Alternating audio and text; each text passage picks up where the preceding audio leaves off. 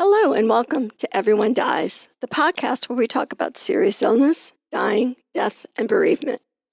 I'm Marianne Matzo, a nurse practitioner, and I use my experience from working as a nurse for 48 years to help answer your questions about what happens at the end of life. We decided to take a vacation for a few weeks this summer, which we haven't done since we started the podcast 6 years ago.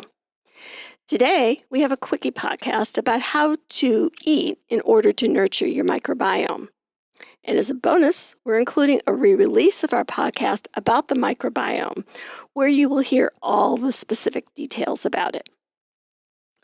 The gut microbiome appears to be a key modulator in human energy balance and has an important effect on our physiology, immune function, interorgan communication, and metabolism. Recent studies are supporting the old saying that we are what we eat. Corbin and colleagues were able to demonstrate that our body has a different reaction to calories from high-fiber whole foods compared to ultra-processed junk foods. Processed foods are more quickly absorbed in your upper gastrointestinal tract, which means more calories for your body and fewer for your gut microbiome, where it sits waiting near the end of your digestive tract. When we eat high-fiber foods, they aren't absorbed as easily, so they make the full journey down your digestive tract to your large intestine, where the trillions of bacteria that make up your gut microbiome are sitting and waiting. This means that when we eat a diet high in fiber, we aren't just feeding ourselves, but also our intestinal microbes, which the research suggests reduces calorie intake and helps with weight loss. If you want to have a healthy and happy gut microbiome, limit your intake of ultra-processed foods and try to eat around 28 grams of fiber, particularly those that contain fiber called resistant starch. When we eat fiber, our gut microbiomes thrive on it and break it down through a process called fermentation. This produces healthy byproducts, such as short-chain fatty acids, which are good for our metabolic health. A microbiome-enhancing diet includes fiber foods that contain resistant starch, found in oats, beans, lentils, chickpeas, brown rice, quinoa, and other whole grains. A microbiome-enhanced diet includes fiber foods that contain resistant starch, found in oats, beans, lentils, chickpeas, brown rice, quinoa, and other whole grains. The diet also includes many nuts, fruits, and vegetables. These include plant foods. Eating more fiber-rich foods such as beans, peas, lentils, green bananas, apples, pears, and whole grains like barley, brown rice, and oats means that you can't help but eat a lot of resistant starch. As we wrap up today, remember that every meal is more than just fuel for your body. It's also a meal for the trillions of microorganisms that call your gut home. The choices you make every day can either nourish that community or leave it struggling. You don't have to overhaul your diet overnight. Small, consistent changes can make a real difference. Try adding more beans or lentils to soup. Choose oatmeal instead of sugary breakfast cereal. Snack on an apple or a handful of nuts. Swap white rice for brown rice. These simple choices feed your gut microbiome, support your metabolism, strengthen your immune system, and may even help you maintain a healthy weight. Stay tuned for more specific information about the microbiome. This podcast does not provide medical nor legal advice. Please listen to the complete disclosure at the end of the recording. Hello and welcome to Everyone Dies, the podcast where we talk about serious illness, dying, death, and bereavement. I'm Marianne Matzo, a nurse practitioner, and I use my experience from working as a nurse for 46 years to help answer your questions about what happens at the end of life. And I'm Charlie Navarrete, an actor in New York City, and here to offer an every-person viewpoint to our podcast. We are both here because we believe that the more you know, the better prepared you will be to make difficult decisions when a crisis hits. So welcome to this week's show. Please relax, get yourself some yogurt with active yogurt cultures and a banana, and thank you for spending the next hour with Charlie and me as we present our second offering about how food affects health and our lifespan. Like the BBC, we see our show as offering entertainment, enlightenment, and education, and divided into 3 halves to address each of these goals. Our main topic is in the second half, so feel free to fast forward to that gossip-free zone. In the first half, Charlie continues his series of ways to die in the future and has our recipe of the week. In the second half, I'm going to talk about how disruptions in our microbiome can lead to certain diseases. And in our third half, Charlie has an overview of chronic inflammation. So, Charlie, a few weeks ago, you ever watch Last Week Tonight with John Oliver? Yes. On HBO. Oh. Yeah, go ahead. Yeah, I really like his stuff, and he's very creative. But he annoyed me this week. Oh? Well, now, I finally got around to watching it, but it was the show from sort of the end of August. And it was about hospice. Have you seen that one yet? I have not. I know it's there. I haven't seen it yet. So what annoyed you? Well, we talk about all the time about, making the decision to go into hospice, preparing for the end of life, making plans for what you need to do. And, we know it's hard, and we know that the idea of death or thinking about not being on this earth anymore is scary to people, right? Right. So his focus on hospice was about fraud in hospice, and how he told one story about how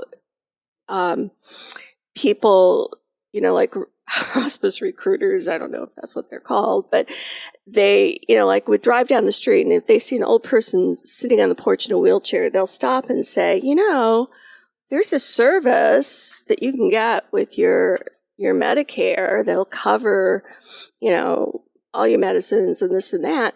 And they sign up people to be on hospice who are not in their last 6 weeks of life. And so then they were talking about people who, there's a category called discharged alive. So, there are people who, not everybody dies in hospice. Some people decide to leave hospice because they want to do another round of chemo, or they want to go to a different hospice, or they've broken their leg and they are going to go off hospice because they're going to go get treatment for something. Okay. So there's this category called discharged alive, and he was talking about how some hospices have 100% discharged alive, which is, for hospice, it's like, wait a minute, what are you doing? So his whole thing was about, really, the show was about fraud within hospice. And I'm sitting there watching this, and I'm thinking, John Oliver, you're really annoying me right now, because this just gives people another reason to say, "Oh, I'm not gonna utilize hospice." Hospice is underutilized in the first place, but there's this fraud, and there's this, and there's that. Yeah, there's fraud. There's fraud in, I would think, every kind of company. Right. And you've probably heard me in the past talk about, back in the day when hospices were nonprofit, these sort of things just didn't happen. But then such an increase in for-profit hospices sort of begs the opportunity to utilize it as a way to make money. So, they'll cut corners. And what I've always told people is look for a nonprofit hospice. My experience has been nonprofit hospices, you're going to get the best care because there's not that, it's not a business. They're not trying to keep the bottom line. The incentive isn't money. It's the care. Right. It's the care of the patient. Yeah. So I'm just wondering how, first off, I don't know, no offense to John Oliver, I don't know how many people watch his show, but in terms of that, the population that's, but their kids will or whatever, and is this going to have a negative effect on hospice utilization and give people one more reason to be afraid of utilizing what's a important and valuable service for people who are facing the end of days? So and said I haven't. It is in my queue. I just haven't seen it yet. But is he saying this is a rampant situation throughout America, or he makes it, at least the way as I listen to it, it makes it sound that way, Oh, and he showed the numbers of nonprofits and profits, profit hospices, and there are more for-profit hospices, but you have a choice of what hospice you're going to use. You don't have to use a for-profit hospice. So, he didn't I don't remember there being numbers of, this percentage of, I don't know. I just want our listeners to know that you have a choice. If it's possible to use a nonprofit hospice, my experience has been that you're going to get far better care. Like there's data about how for-profit hospices will have fewer RNs, will, hire new grads, they cost less. You want experienced people taking care of you at the end of life because it's a complicated kind of care. And, you want to have the best kind of staff available to you, and you're going to get more experience within, at least the data supports more experience within a nonprofit. Yeah, I get that, and it's like what we both, but especially you, advocate. My favorite word, prepare. Advocate for yourself. So just don't wait until the last minute when you suddenly need hospice care, but do your homework first, and just that, find a nonprofit. And you can explore that ahead of time and put in your book, let your kids know or let your parents know or let whoever it is that you're letting know that this would be my hospice of choice. You don't want to be in the hospital being discharged to hospice and having everybody scrambling saying, well, which hospice should we choose? Exactly, yes. Yeah. Because if you ask your healthcare practitioner, we're not allowed to say, oh, this is the hospice you should choose. It's because there's incentives that can go to physicians. Nurses, they bring us donuts and pizza, but physicians will actually get money to refer people to a certain hospice. And so an ethical healthcare practitioner is going to say, I've had experience with this one, or what I say is look for a nonprofit. Okay. Yeah. So that's my rant. John Oliver, do better.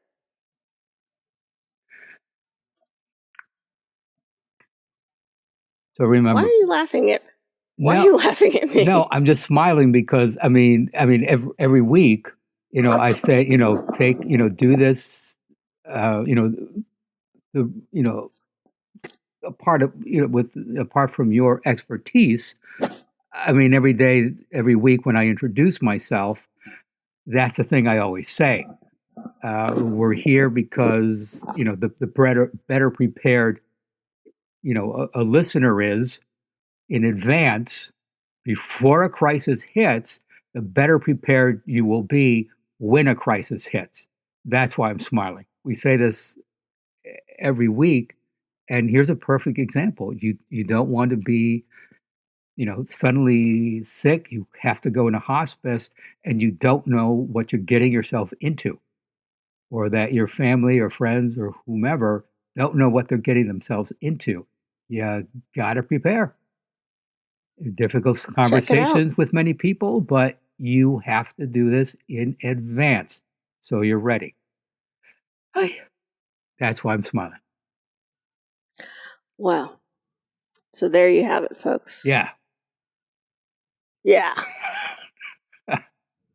In our first half, folks, this week's future way to die, according to Morbid Modernisms, is dying in a fiery wreck when internet pranksters hack all the self-driving cars to crash simultaneously. Now, here's another reason I'm glad I live in New York, because no one can hack the subways. I hope. Internet pranksters can't be stopped. In 2009, they voted the 4chan founder to the top of the Time 100 poll. Online mobs are also the reason we have a UK research vessel named Bodie McBoatface. Internet trolls are the ones responsible for turning Tay, Microsoft's optimistic machine learning chat box, into a sex-crazed Nazi in under 24 hours. Then there are even darker examples, like swatting or doxing. Still, it only takes one awful troll to really screw up your day by hacking your car. One hacker reported to Motherboard that he was capable of accessing 2 vehicle monitoring apps to see where users' cars were located, access drivers' private information, and even kill the engines remotely. I can absolutely make a big traffic problem all over the world, the hacker told Motherboard. I have full control of hundreds of thousands of vehicles, and by one touch, I can stop these vehicles' engines. As self-driving technology develops, both white hat hackers groups and malicious hackers will likely follow suit and hone their skills. Even as anti-hacking tech, like Faraday cages, becomes more common, it seems that large-scale hacks aren't going anywhere and will continue to grow more sophisticated as well. Let's say a group of future hackers come together with the intent to crash all self-driving cars simultaneously. In 2019, there were some 31 million cars with at least some level of automation in operation worldwide. By 2030, that number is projected to reach 125.66 million. Imagine if a hacker suddenly gained control of them all. It would be complete chaos, with 20 million cars all crashing at once, more than quadruple the number of annual car accidents in the U.S. The mass bloodshed would be unfathomable.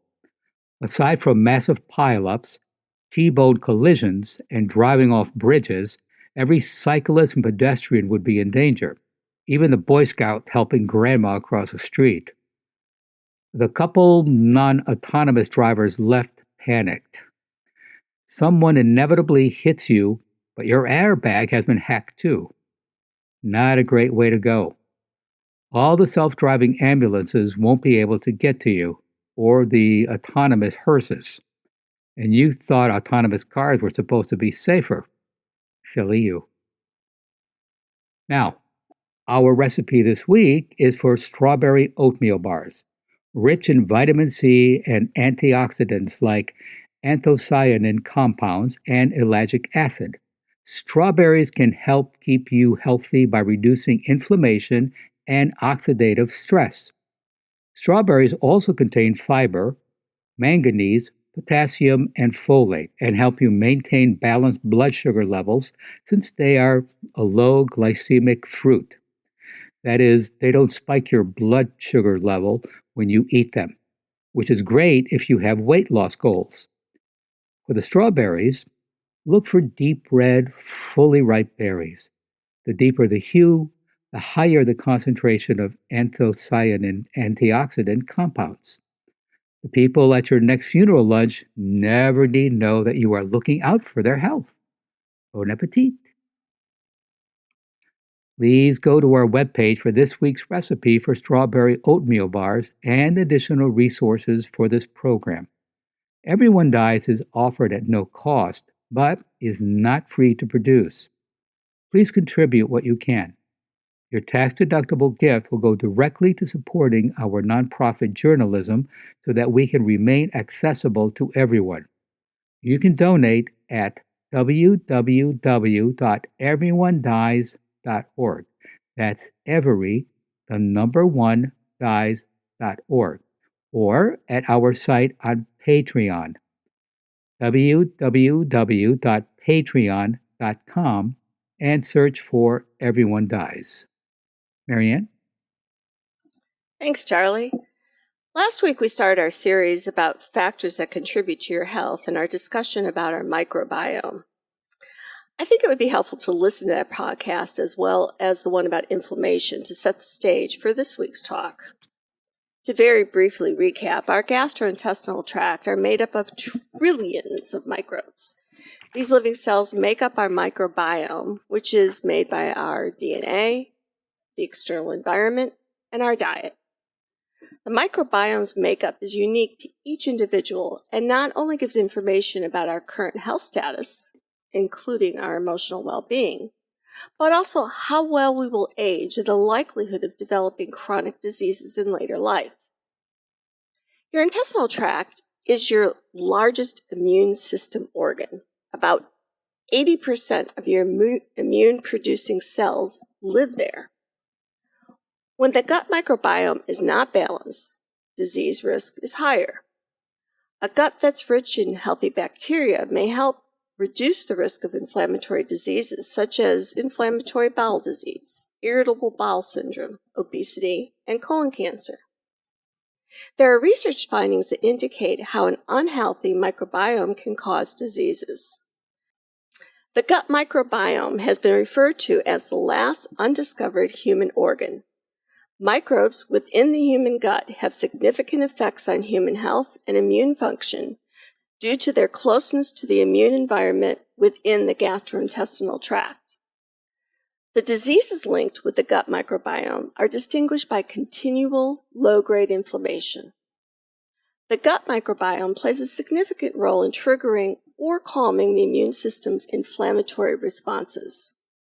For example, microbes use fermentation of dietary non-digestible fiber to develop short-chain fatty acids, or you might hear them referred to as SCFAs, which have an anti-carcinogenic, means helps prevent cancer, and anti-inflammatory properties.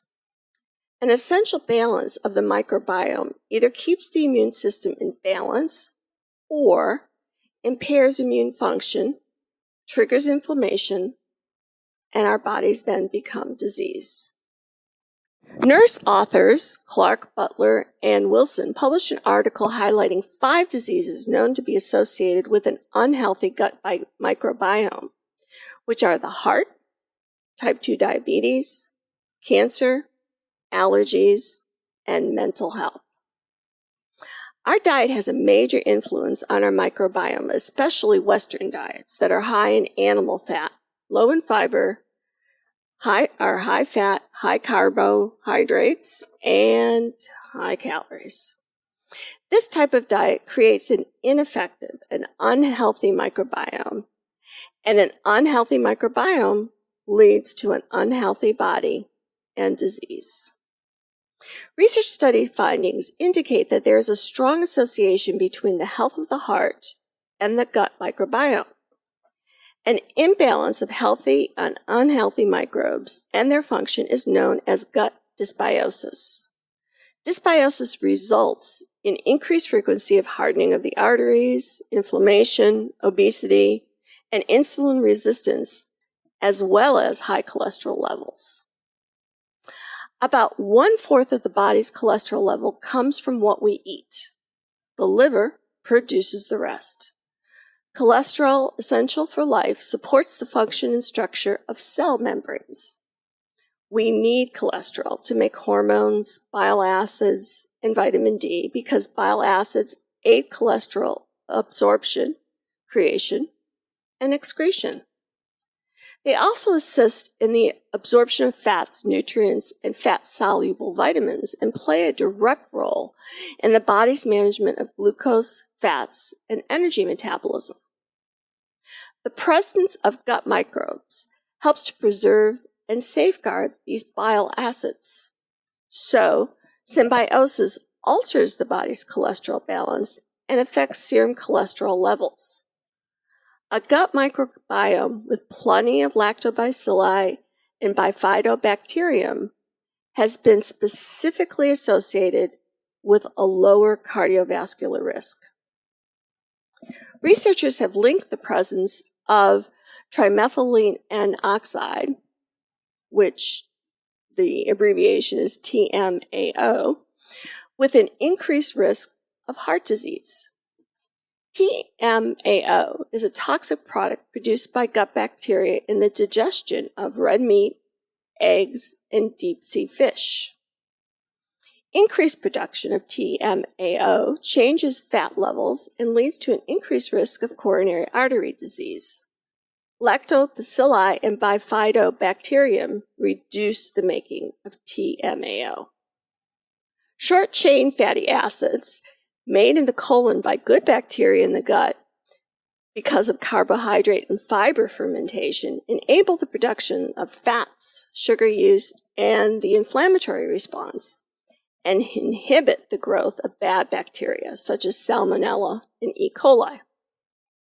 Those short-chain fatty acids are also associated with decreased serum cholesterol levels and a lower risk of heart disease. There's a strong relationship between the gut microbiome and the development of liver, colorectal, and pancreatic cancer. Specific bacteria can trigger the development of some cancers. Biomarkers in the gut microbiome can aid identification and even predict pancreatic and colorectal cancers. Specific microbes can contribute to the risk of cancer and tumor development, as well as the effectiveness of cancer treatment. An unhealthy gut microbiome also increases the risk of metabolic syndrome, type 2 diabetes, and obesity, all of which are a result of blood sugar instability, insulin resistance, and inflammation. Current best practices in the treatment of type 2 diabetes include optimal nutrition and a well-balanced diet.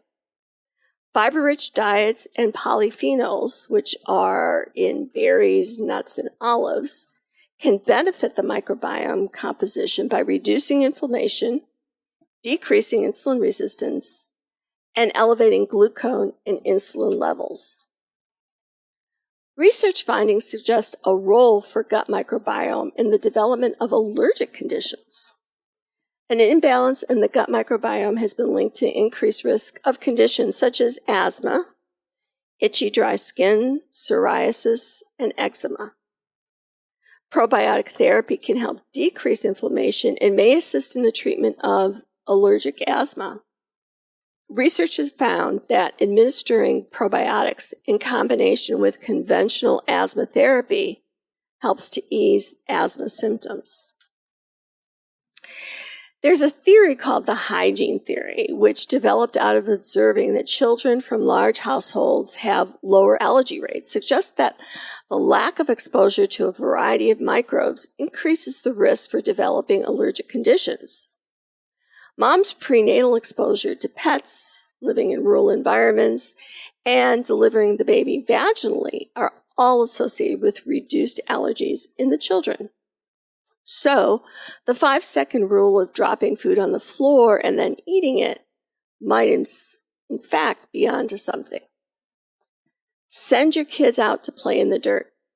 It's good for them. Most studies to date have focused on the gut microbiome, but we also should consider skin or airway microbes and their role in allergy development, and that's part of the research that's going on too. Lastly, the gut microbiome has been implicated in triggering the development of mental health issues. The brain is the newest frontier, but it's with an old connection to the gut. The ancient Greeks, for example, believed mental disorders arose when the digestive tract produced too much black bile. And long before microbes were discovered, some philosophers and physicians argued that the brain and gut were partners in shaping human behavior. Our brain and our gut are in constant communication. For example, many people with irritable bowel syndrome are also depressed. People on the autism spectrum tend to have digestive problems, and people with Parkinson's are prone to constipation.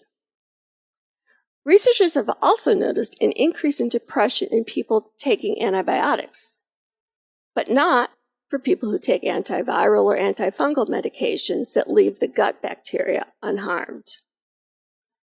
Specific gut microbes play a role in the production of more than 60 neurotransmitters. For example, microbes in the digestive system synthesize most of the body's serotonin, and many antidepressants target serotonin levels, which is involved in effective sleep, as well as depression, bipolar disorder, and other mental health conditions.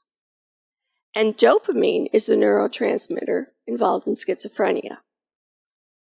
Recently, probiotics have been integrated into treatment for depression, anxiety, and schizophrenia. Significant research also indicates that the improvement of digestive health with pre- and probiotics may benefit those people diagnosed as being on the autism spectrum. Being healthy and staying healthy starts with what we eat. Diet and supplements significantly influence the balance and composition of the gut microbiome. Probiotics help maintain and enrich the health of many microbe groups. Foods provide the safest source of probiotics because they offer a variety of cultures. So supplements really shouldn't be our first choice. We talked at length about dietary changes and the use of pre and probiotics in episode 24. So look at the show notes and click on that, and you can listen to that so that you get kind of a full picture of pro and prebiotics. Choosing a low-fat, low-sugar, high-fiber diet can alter the gut Choosing a low-fat, low-sugar, high-fiber diet can alter the gut microbiome in as little as a day. You know, Rocky Horror said, in just 7 days, I can make you a man. Well, in just 24 hours, you can change your gut microbiome. Make good choices, and you could be just a little bit healthier tomorrow. So, Charlie, questions? Yeah. So, in other words, variety is the spice of life, but monotony provides the groceries and keeps you a little healthier. But yeah, shoot. Yeah, I just got to be on top of this thing. It's nice. And it's expensive now. I went to the grocery store for the first time in, 2.5 months because I had ankle surgery and wasn't allowed to walk. So Dave was doing all the grocery shopping. So, they had the little electric cart, so I was scooting all over. And I didn't even get a week's worth of groceries. I got, fruit and vegetables and stuff to make this orzo salad I wanted to make. It was $179. What? Yeah. I mean, the large size yogurt was $6. It used to be $2.95, yesterday. Yes. And I know it's a political year, and I know that this prices are a reflection of post-COVID, and I think in my heart, corporate greed. But I was just about to say that. Yes. Yeah. Did I say that out loud? But $6 for plain yogurt? Yeah, exactly. Yes. I bought a container of orzo, like a Mhm. multi thing of orzo. Right. It was $15.95. Like, what? What? Yeah. Like, there were things I was looking at, it's like, oh, that looks good. And then I looked at the price and I said, I'm not spending that. I don't know. Anyway, I digress. What was I saying? Well, no, I don't think it's necessarily that you're digressing. It's true. I mean, as a country, most people do not take what 30 seconds, if that much, just to look at the damn label and see how much crap is in their food and try to find something a little bit better. And the other thing, just what you were saying, is price. It's, but you know what? In the end, people are going to pay more to take care of their health down the road than spending. And I hate to say this, but you're going to have to spend a little extra money, sometimes a lot more money. I mean, just to eat healthy, and even just a little bit of healthy is a good thing. Mm-hmm. I still enjoy my occasional steak, but I don't do this on a regular basis just for that reason, what you're saying. I do like my junk food, but instead of sitting down and eating a ton of junk food, it's in moderation. Maybe I'll eat just half of it, or maybe sometimes not even half of it, but just, y- I, yeah, And something I've noticed is, like oh God, I've always loved salt and yeah, have been I very know, liberal with yeah, the salt shaker. yep, But I stopped that, I don't know, a couple years ago. And I find myself saying, Scott, I'm turning into such an old person. no, Find not at myself saying all, to not at David, all, no, no, listen, I say to David, taste this. Does this taste really salty to you? Because everything tastes really salty to me now. oh, Like okay, sure, because if I get, you're not doing it all the time, yeah, yeah, I don't do it at all. And it's like, oh, this is just too salty. So if you kind of stop doing those things that you thought you couldn't live without, you'll find that you can. you really didn't need it. You can live without them, and you can live better and healthier. Ay. So, on that happy note, informative note, in our third half, when we have an injury, inflammation is our friend, a natural, normal immune system response to injury and infection. My focus is on the bad kind of inflammation, which is long-term chronic inflammation that can have a harmful effect on the entire body. It is low grade and persistent and is triggered by our body's perception of a threat, even when there isn't a disease to fight or an injury to heal. The immune system gets involved, white blood cells swarm, have nowhere to go and nothing to do, so they can start attacking normal tissues. Chronic inflammation has been linked to heart disease and stroke, cancer, and autoimmune diseases like rheumatoid arthritis, psoriasis, and lupus, in which our immune system damages our own organs, tissues, or cells. When our joints are involved in chronic inflammation, we may experience redness, swelling, pain, stiffness, and loss of joint function, accompanied by flu like symptoms like fever, chills, and fatigue.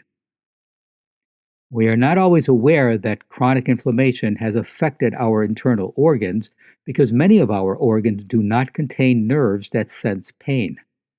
Examples include inflammation of our heart, inflammation of the bronchioles that bring air into our lungs, inflammation of our kidneys, eyes, muscles, or blood vessels. We can modify our diet, lifestyles, and environmental exposures to promote healthy immunity. Anti inflammatory diets, which are similar to the Mediterranean diet, include eating plenty of fish, fresh vegetables and veggies, healthy fats, and drinking red wine. Okay, in moderation. An anti-inflammatory diet also means staying away from foods that promote inflation. An anti-inflammatory diet also means staying away from foods that promote inflammation. Minimize saturated and trans fats like red meats, dairy products, and foods that contain partially hydrogenated oils. Limit sugary foods and refined carbs like white rice and bread. Cut back on the use of cooking oils that are high in omega-6 fatty acids such as corn, safflower, and sunflower oils. There are currently no prescription drugs that specifically target chronic inflammation, although acupuncture and the gentle movements of Tai Chi and Qigong can help with joint pain and mobility. Traditional Chinese healers have always stated that a healthy lifestyle promotes good health. We all have room to make better choices for our health. And that's it for this week's episode. Stay tuned for the continuing saga of Everyone Dies, and thank you for listening. This is Charlie Navarrete. And from the dedication of the Jack Reacher novel, No Plan B, for everyone we have lost too soon. And I'm Marianne Matzo, and we'll see you next week. Remember, every day is a gift. This podcast does not provide medical advice.